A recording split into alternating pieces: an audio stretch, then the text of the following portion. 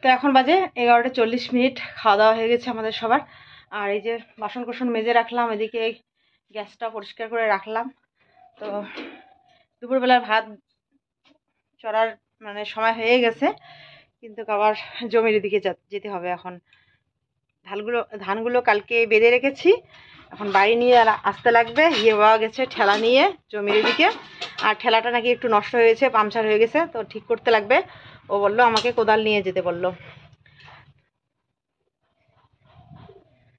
তো এখন ভাবছি দুপুরবেলায় রান্না তো আর করতে পারবো না, কারণ যদি জমির ওদিকে যেতে হবে, যেহেতু এখানে সবজি বের করে রাখলাম।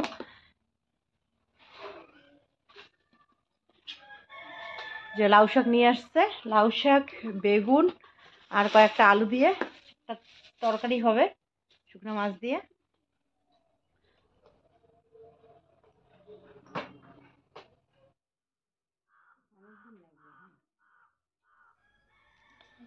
তো ভাবলাম যে তরকারিগুলো কেটে রেখে যাই। হিয়ার বাবা গিয়েছিল বাজারে, ও বাজার থেকে এই যে চলে আসলো। তো এসে বলছে ধান আনতে যেতে লাগবে, তুমি তরকারি কাটতে বসে পড়েছো। আরে না, ডাল খেলো, নষ্ট হবে না। বেশি থিয়ে যান আন দিবি এলাই শুক্তো দিয়ে না ভাল পায়।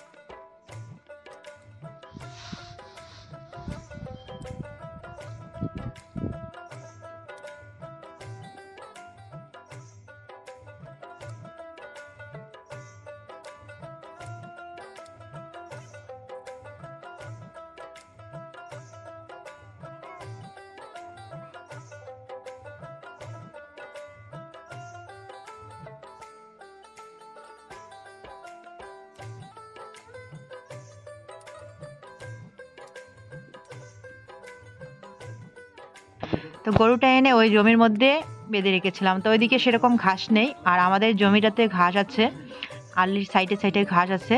তো ধানগুলো সরিয়ে আমি গরুটাকে এইদিকে বেঁধে দিলাম। আর হিয়ার বাবা এদিকে এই যে ঠেলা গাড়িটা লোড করছে। তো আমাদের জমির পাশের যে জমিটা আছে সেখানে কিন্তু দেখো ধান কেটে রেখেছে, এখনো তারা ধান বাঁধেনি। তো আমাদের ঠেলা গাড়ি নিয়ে যাওয়ার জন্য ওইদিকে শুধু একটু জায়গা ফাঁকা করে দিয়েছে, ওই দিক দিয়েই আমরা ধান নিয়ে যাচ্ছি। আর তারপরের জমিটা আবার মানে এই জমিটা আবার খালি আছে। আর আজকেই আবার মানে হাল ঢোকার কথা জমিটা চাষ করার জন্য, কিন্তু জমিটা যদি চাষ করে তাহলে খুব কষ্ট হয়ে যাবে। তো সেজন্য তাড়াতাড়ি করে ধানগুলো। তো বন্ধুরা এই যে ধান নিয়ে বাড়ি আসলাম, প্রথম ধানের টিপ নিয়ে আসলাম, এখনো নামানো হয়নি। তো আমি এখানে চটি নিয়ে আসলাম, চটি বিছিয়ে দিয়ে তারপরে ধানগুলো নামিয়ে রাখবো, তারপরে আবার ঠেলা গাড়ি নিয়ে আবার যাব। তো চলো তাড়াতাড়ি ধানগুলো নামিয়ে নেই। আর এক ঠেলা আনলাম, তাতেই একদম শরীর হাঁপাচ্ছে, মানে কি বলবো, মনে হচ্ছে যে সারাদিন মনে হয় পরিশ্রম করলাম, একদম মানে কলিজাটা ধুকপুক ধুকপুক করতেছে। কোনটা বিছাবো, বড়টা না ছোটটা?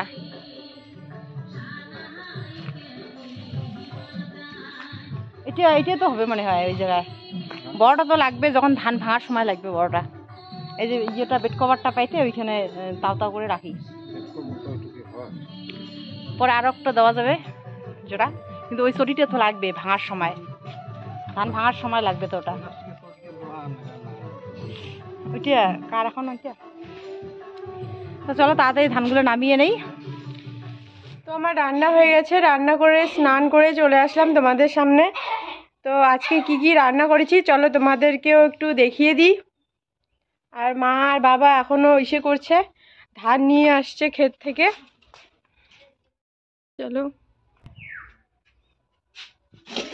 তো এখানে ভাত, তো এখানে হিয়া বোনের জন্য মাছ ভাজাটাই রেখে দিয়েছি, আর আমাদের জন্য একটু মাছের ঝোল বানিয়েছি। তো উপর থেকে একটু ধনিয়া পাতা দিয়ে দিয়েছি।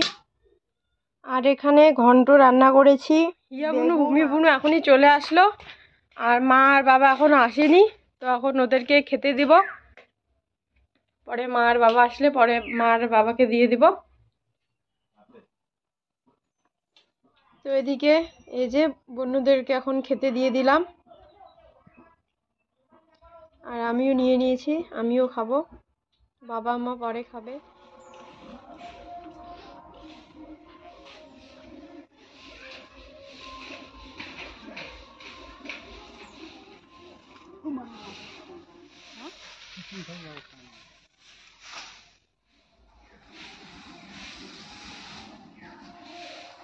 আরো অ্যাক্টিভ আছে তাহলে শেষ।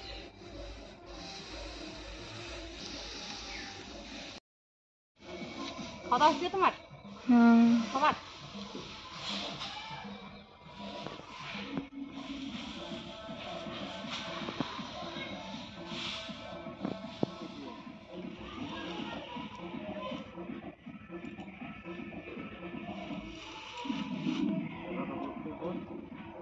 তো বন্ধুরা এইমাত্র মাঠ থেকে এসে স্নান করলাম, এখন বাজে সন্ধে 5টা 12 মিনিট। তো এখনও খাওয়া দাওয়া হয়নি, মানে খিদের জ্বালায় মনে হয় মাথা ব্যথা শুরু হয়ে গেছে। তো সন্ধ্যা লাগছে, তো একটু পরে খাওয়া দাওয়া করবো, সন্ধ্যার সময় নাকি খাওয়া দাওয়া করা যায় না। এদিকে হিয়ের বাবা খাওয়া দাওয়া করছে এখন, তো চলো আমিও খেয়ে নেই, খিদে পেয়েছে। তারপর আমি খাওয়া দাওয়া করে মোবাইলে একটুখানি কাজ করেই শুয়ে পড়েছিলাম, মাথা যন্ত্রণা করছিল, ভিডিওটা শেষ করা হয়নি। তো ঘুম থেকে উঠে তো সকালবেলা একটু ভালোই লাগছিল, তাই ব্লগটা আজকে আবার সকাল সকাল শুরু করে দিলাম। তো আজকে কিন্তু বুধবার, তো এখন সকালবেলার বাসি কাজ বাজ করে নেই তাড়াতাড়ি করে। তো চলো সঙ্গে থেকো। আর আজকেও কিন্তু আমার খুব কাজের চাপ আছে।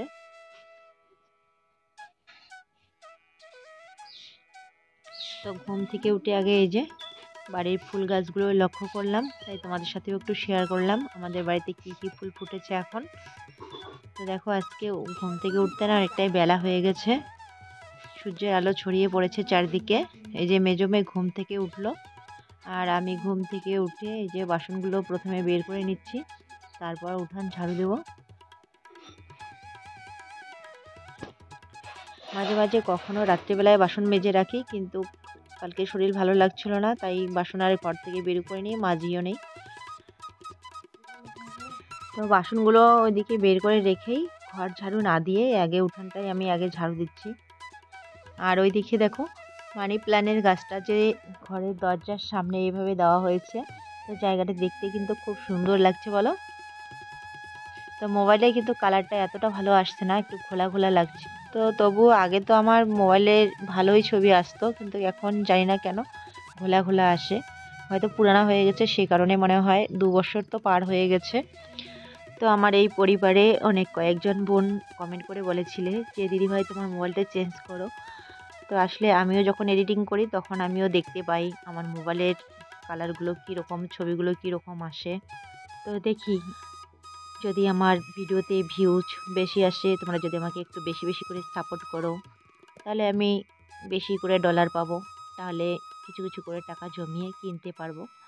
তো এই দেখে দেখো আমি বাসন মাজছি, আমার মেয়ে আসলো, তো বললাম যে এক বালতি জল তুলে দাও, তো বাসনগুলো ধুয়ে নেই। তো এখন এই যে বসে বসে বাসনগুলো ধুয়ে নিচ্ছি। বাইরে কাজ করলে ঘরের কাজ হয় না, ঘরে কাজ করলে বাইরের কাজ হয় না। এই ঘরটাতে আজকে বিছানা নিয়ে আসবো, তো সেজন্য ঘরটা একটু পরিষ্কার করে দেই।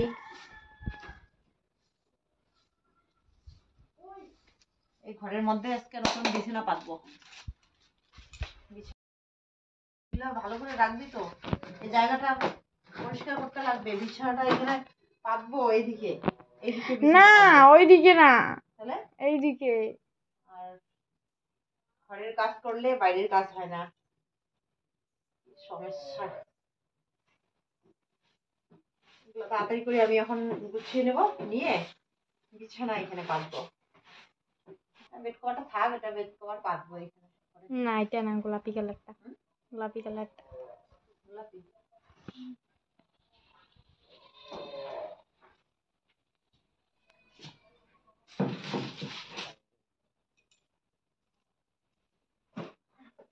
রুমটা খালি করি। ইস, পেঁয়াজের কি দাম রে ভগবান, 80 টাকা কিলো পেঁয়াজ।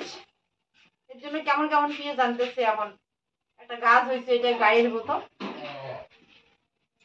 ইস, 80 টাকা কিলো হলে 20 টাকার পেঁয়াজ এখানে। 1 পোয়া এখানে মনে হয় 1 পোয়া, এটা মনে হয় ফ্রিতে আনছে, গাজা বাইরে হয়েছে তো।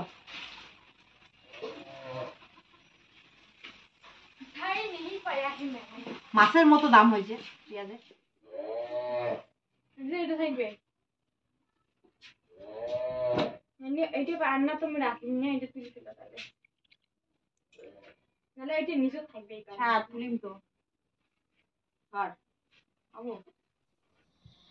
তো মেশিন ঘরটা আমি খালি করব, তো সেজন্য এই বিছানাটা বের করে নিচ্ছি। আর দেখো কাঁথা টাথা একদম বের করছিলাম, কিন্তু এটা তো এভাবে কায়দা করে নিয়ে যেতে হবে, তো সেজন্য কাঁথাগুলো এখন তুলে রাখলাম। তুলে রেখে যে বের করছি ছোট মেয়ের সাথে। বলছিলাম মেজো মেয়েকে করতে, ও বলছে না আমি বের করবো, আমি বের করবো। তো বের করে নিয়ে আসলাম। আর বিছানার এই যে এই জায়গাটা ভাঙ্গা ছিল, অনেকদিন ধরে ভাবে যে খিল একটা এখানে করে দেবো, কিন্তু আর হয় না। এই যে বড় মেয়ে একটা খিল এখানে লাগিয়ে দিচ্ছে। তো মাঝখানেও ভাঙ্গা আছে, সেখানেও খিল লাগিয়ে দিয়েছিলাম পরে। তো আমাদের ঘরে ওইদিকে যে ছোট্ট রুম আছে, তো ভাবলাম যে এখনই ওই রুমে নিয়ে যাব এই বিছানাটা। তো এখন দেখি এই যে পায়ার মধ্যে একটু একটু মাটি লেগে আছে। আসলে বর্ষাকালে উলি পোকা ধরেছিল, তো সে মাটি তুলে রেখেছে। অনেকবার ধুয়ে দিয়েছিলাম, এরপরেও কিন্তু উলি পোকা ধরেছে। তো এখন এই যে বিছানাটার পায়াগুলো ধুয়ে তারপরে শুকাতে দেবো, একটু শুকিয়ে গেলে তারপরে ঘরে তুলতে লাগবে। তো এখানে আমি বলছিলাম যে বিছানাটা তো বের করেছি ছোট্ট রুমে নিয়ে যাওয়ার জন্য, কিন্তু বিছানাটা নিয়ে যেতে পারবো কি পারবো না সেটাই চিন্তা করছিলাম। আসলে ওই রুমের যে দরজার জায়গা রেখেছে, তো জায়গাটা অনেক কম হয়ে গেছে।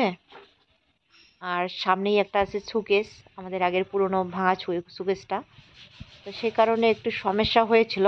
তারপর একটু কায়দা করে ঘরে তুলেছিলাম অবশ্য। আর ওইখানে মাঝখানে পার্টিশনটা দেওয়া হয়নি, তো সেজন্যই পেরেছি। এখানে পার্টিশন দেওয়া থাকলে যদি লাগাতাম তাহলে হয়তো একটু সমস্যা হতো, তুলতে পারতাম না ঘরে। তো এখন আমি এই যে মাটিগুলো ধুয়ে ধুয়ে পরিষ্কার করে নিচ্ছি। তো এইদিকে আবার দুপুরবেলা রান্নার সময় হয়ে গেছে, বিছানাটা শুকাতে দিয়ে আমি রান্নাঘরে গিয়েছি, রান্না বসিয়ে দিয়েছি।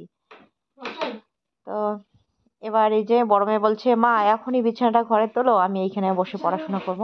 তো বড় মেয়ের সাথে এই যে বিছানাটা এখন ঘরে তুললাম, আর বিছানাটা এইভাবে পাতলাম। এখন দেখছি ভাঙাটা একবারে সামনে পড়ে যায়, তো ওইখানে কেউ এসে যদি বসে তাহলে ভেঙে যাবে।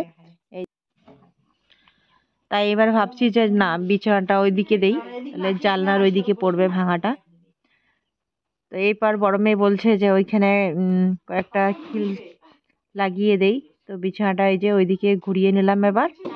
তো এরপর পাতলা একটা কাঠ ওইখানে তার কাটি দিয়ে লাগিয়ে দিলাম। তো এইদিকে দেখো আমার ভাত হয়ে গেছে, হাতে ফ্যান ঝরিয়ে নিচ্ছি। আর একটা তো বেলা হয়ে গেছে, তো মেজোকে বললাম তুই তাহলে ওইদিকে ভাজাটা কর, এই উনুনটা ধরিয়ে ও এইখানে ভাজা করছে। তো দুই মা মেয়ে তাড়াতাড়ি করে রান্না করলাম। বাবার খাওয়া দাওয়া হয়ে গেছে, মা এদিকে খেতে বসছে, মাকে ওইদিকে তরকারি দিচ্ছি, আর হিয়ের বাবাকে ওইদিকে আবার ভাত দিয়েছি। তো সবার জন্য এখন ভাত রেডি করে সবাইকে দিয়ে দেব। সব ভাত তরকারি এই যে বাইরে বের করেছি, ওইখানে বসে আমরা এখন সবাই মিলে খাওয়া দাওয়া করব। তো এখানে লাউয়ের ঘন্ট রান্না করেছি। মাছের মাথা নিয়ে আসতে চাইছিল হিয়ের বাবা, তো আমি বললাম যে আজকে মাছের মাথা লাগবে না, এমনিতেই রান্না করব। তো এমনিতেই রান্না করেছি। আর করা হয়েছে আলু আর করলা একসাথেই ভাজা। তো এবার এখানে যে ডিম অমলেট করে নিচ্ছে আমার ছোট মেয়ে। আসলে কি বলতো, গরম গরম ডিম অমলেট খেতে ভালো লাগে, তো বলছে যার যার ডিম সে অমলেট করে নেবে তাদের পছন্দ মতো। তো এইভাবে ডিম অমলেট করা হচ্ছে। তো ছোটো মেয়ে অমলেট করে নিয়ে গেল। এবার কে এখন দেখি, মেজো না বড়, দেখতে পাচ্ছি না তো, মেজো মনে হয়, হ্যাঁ মেজো। তো মেজোর এই যে ডিম অমলেট হয়ে গেছে, এবার করবে বড় মেয়ে, তারপরে আমারটা। এক এক করে সবাই ডিম অমলেট করে নিচ্ছি আর ভাত খেতে বসে পড়ছি। তো এইখানে এই যে আমার ভাতের থালা, লাউয়ের ঘন্ট, আলু ভাজা, করলা ভাজা আর ডিমের অমলেট। তো গরম গরম খাওয়াটা তো ভালোই হয়েছিল।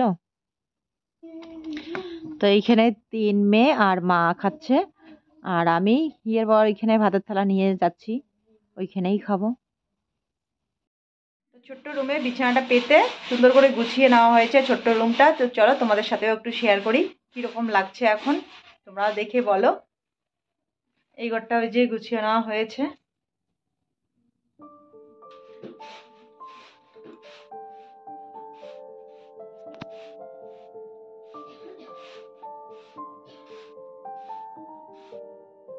তো এই বিছানাটা এই যে এদিকে গুছিয়ে নিলাম। আর ভাবছি ট্রাংটা, একটা ট্রাং মানে ছোট ট্রাংটা ওই রুমে নিয়ে যাব, তাহলে ওই রুমের ক্যাথাগুলো তুলে রাখা যাবে।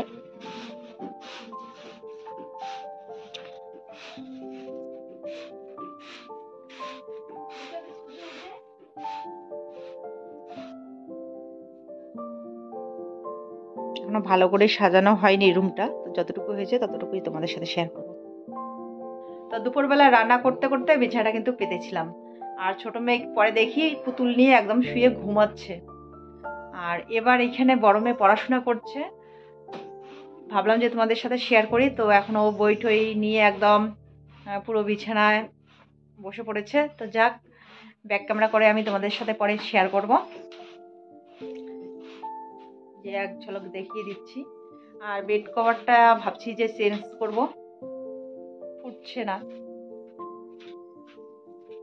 যাই, ওর পড়াশোনা হয়ে গেলে আমি তোমাদের সাথে ভালো করে শেয়ার করবো কিরকম লাগছে। তো এই যে এভাবে বিছানাটা পেতে নেওয়া হয়েছে।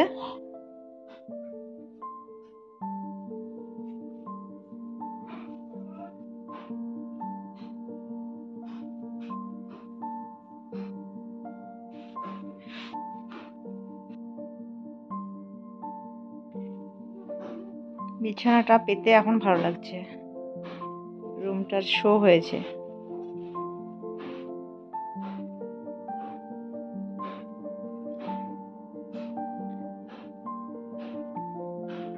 তো একদম রুমটা দেখো, মানে বিছানাটা দিয়ে একদম জায়গাটা পুরোটা ইসে হয়ে গেছে, বন্ধ হয়ে গেছে ওইদিকে।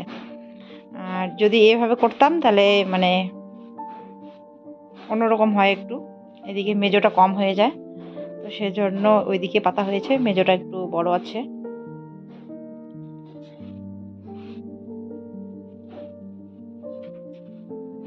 এভাবে রেখেছি, এদিকে সাইড করে, মানে মেজোটা একটু বড় থাকলে চলাফেরা করতে সুবিধা হয়। এদিকে সুকেসটা আছে, পোস্টার লাগিয়ে দিয়েছে কলগেটের, এই কলগেটটা ব্যবহার করলে শুয়োপোকা হয়েছে আমাদের এই গাছটা। তো বন্ধুরা, আমার হাতের মধ্যে দেখতে পাচ্ছ একটা পেঁয়াজ নিয়েছি, একটা না দুটো মনে হয়, 2-3টে পেঁয়াজ নিয়েছি, গজা বের হয়েছে, তখন তোমাদেরকে দেখাইছিলাম না। তো এই পেঁয়াজ দুটো এখন লাগার জন্য আমরা 2 মা মেয়ে বেরিয়ে পড়েছি, যাব জমির ওইদিকে। তো চলো, পেঁয়াজ লাগাতে লাগাতে আজকের ব্লগটা আমি শেষ করছি। ধানগুলো ডাঙার কথা ছিল, আজকে আর গাড়ি আসেনি, আজকে আসতে বলেছিলাম, তো আজকে আসেনি, বলছে যে কালকে সকাল সকাল আসবে। তো এইখানে এই যে রেখেছি, এইভাবেই আছে। কি তুই যাবি তাহলে? কলম আনতে লাগবে, দিয়ে দে তাড়াতাড়ি দিয়ে। তো ওইদিকে দোকানেও যেতে হবে, বড় মেয়ে বলছে ওই যে কলম আনতে। এত ইয়ে হচ্ছে, 10 টাকা কি কলম, কিরকম কলম? 5 টাকার কলম গুলো 5 টাকার। একটা কালা আনবুক না, একটা নীল আনবুক। আচ্ছা। তো বন্ধুরা, আজকে আমাদের এই যে ছোট্ট রুমে যে বিছানাটা তুলেছি, তো এখন কীরকম লাগছে রুমটা অবশ্যই কমেন্ট করে জানিও, আর পুরো ভিডিওটা কেমন লাগলো তোমাদের সেটাও জানিও। তো চলো আজকের জন্য ব্লগটাকে এখানেই শেষ করছি, ফিরে আসছি আবার কালকে নতুন একটা সুন্দর ভিডিওর সাথে। ততক্ষণে তোমরা সবাই ভালো থেকো, সুস্থ থেকো, সাবধানে থেকো। আর ভিডিওটা যদি ভালো লেগে থাকে তাহলে কিন্তু লাইক করতে একদম ভুলবে না, একটা লাইক করে দেবে। আর এক দিদি ভাই হবে না বোন হবে, কালকে কমেন্ট করে জানিয়েছিল যে তোমাদের যেমন লাইক করলে ভালো লাগে, তো আমাদেরও কমেন্টে রিপ্লাই দিলে আমাদেরও ভালো লাগে। তো অবশ্যই আমি সময় পেলে তোমাদের কমেন্টে রিপ্লাই দেওয়ার চেষ্টা করব আর করি। হয়তো আমার রিপ্লাই দিতে একটু দেরি হয়, কিন্তু তো দেরি হলেও রিপ্লাই দেওয়ার আমি চেষ্টা করি। তো এভাবেই আমাদের পাশে থেকো। আর আমাদের পুরো ভিডিওটা দেখার জন্য অসংখ্য ধন্যবাদ সবাইকে। সবাই ভালো থেকো, শুভ সন্ধ্যা, টাটা।